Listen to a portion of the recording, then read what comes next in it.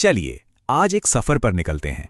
एक ऐसे सफर पर जो हमें भारत के सबसे पवित्र शहरों में से एक वाराणसी के बिल्कुल दिल में ले जाएगा।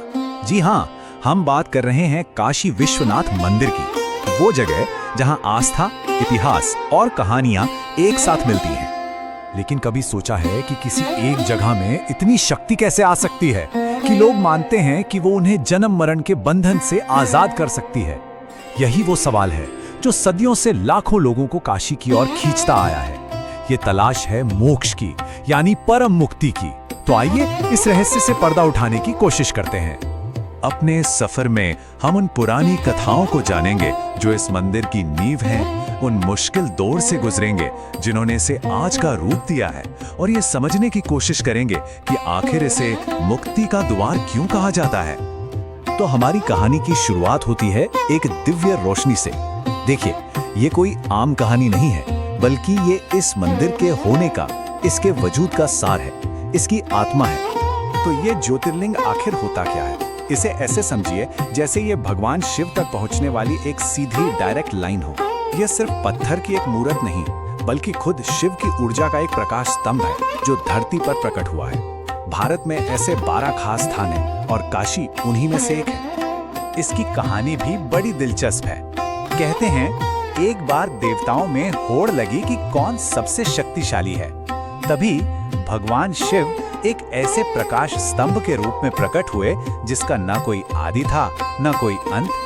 काशी विश्वनाथ को उसी दिव्य प्रकाश का एक हिस्सा माना जाता है जो हमेशा के लिए इस धरती पर बस गया।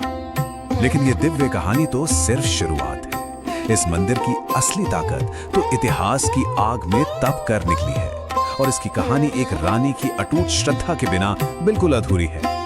आपको पता है, काशी विश्वनाथ ने इतिहास में बहुत कुछ झेला है। इसे बार बार तोड़ा गया, लेकिन भक्तों के मन में आस्था की जो लौ थी वो कभी नहीं बुझी। हर बार तबाही के बाद ये अपनी ही राख से और भी शान से दोबारा खड़ा हुआ। और इस हिम्मत और लगन का श्रेय एक बहुत ही खास महिला को जाता है, रानी अहिल्याबाई होलकर।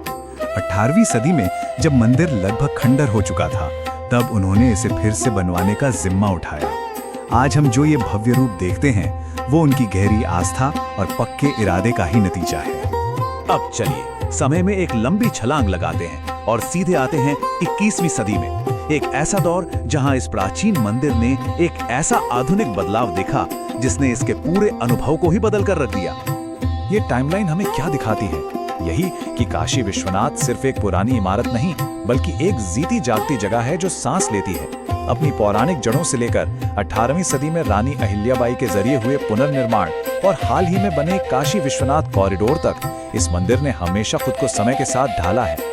जरा सोचिए, पहले भक्तों को मंदिर पहुंचने के लिए कितनी तंग और भीड़ भाड़ वाली गलियों से गुजरना पड़ता था। काशी विश्वनाथ कॉरिडोर ने इस पूरे अनुभव को ही बदल दिया है। अब एक चौड़ा खुला रास्ता है जो मंदिर को सीधे पवित्र गंगा के घाटों से जोड़ता है। ये सिर्फ एक रास्ता नहीं है, बल्कि मंदिर और नदी के बीच के उस आध्यात्मिक रिश्ते को फिर से मजबूत करने का एक तरीका है। तो अब हम अपनी कहानी के सबसे अहम पड़ाव पर पहुंचते हैं, जहां हम इन सभी धागों को एक साथ पिरोएंगे। वो दिव्य प्रकाश, इतिहास की वो हिम्मत और वो अंतिम आध्यात्मिक लक्ष्य। देखिए, मंदिर की शक्ति सिर्फ उसकी दीवारों के अंदर तक ही सीमित नहीं है। इसकी ऊर्जा पवित्र गंगा नदी के साथ मिलकर कई गुना बढ़ जाती है। हिंदुओं के लिए गंगा सिर्फ एक नदी नहीं है, वो माँ है, एक देवी है जो जीवन देती है और पाप धोती है। तो जब हम इन सभी बातों को एक साथ रखते हैं तो तस्वीर क्या बनती है? यही कि काशी विश्वनाथ सिर्फ एक पूजा की जगह नहीं है, ये वो जगह है जहां खुद भगवान शिव बसते हैं, जहां पीढ़ियों की आस्था पत्थरों पर लिखी है और जहां आत्मा का पवित्र गंगा से मिलन होता है। ये सब मिलकर इसे आध्यात्मिक मुक्ति का एक बहुत शक्तिशाली केंद्र बनाते हैं। और ये बात हमें वापस उसी पहले सवाल पर ले आती है, मोक्ष। हिंदू धर्म में ये माना जाता है कि जिसकी मृत्यु काशी में होती है उसे जन्म मरण के चक्र से मुक्ति मिल जाती है। एक बहुत गहरा विश्वास है कि भगवान शिव खुद यहाँ मरने वालों के कान में एक गुप्त तारक मंत्र देते हैं जो उन्हें सीधे मोक्ष की ओर ले जाता है। तो हम इस चर्चा को इसी सवाल के साथ खत्म करते हैं। आखिर कैसे कोई एक जगह लाखों लोगों के इतिहास, उनकी आस्था और उनकी सबसे बड़ी आध्यात्मिक इच्छाओं का प्रतीक बन जाती है?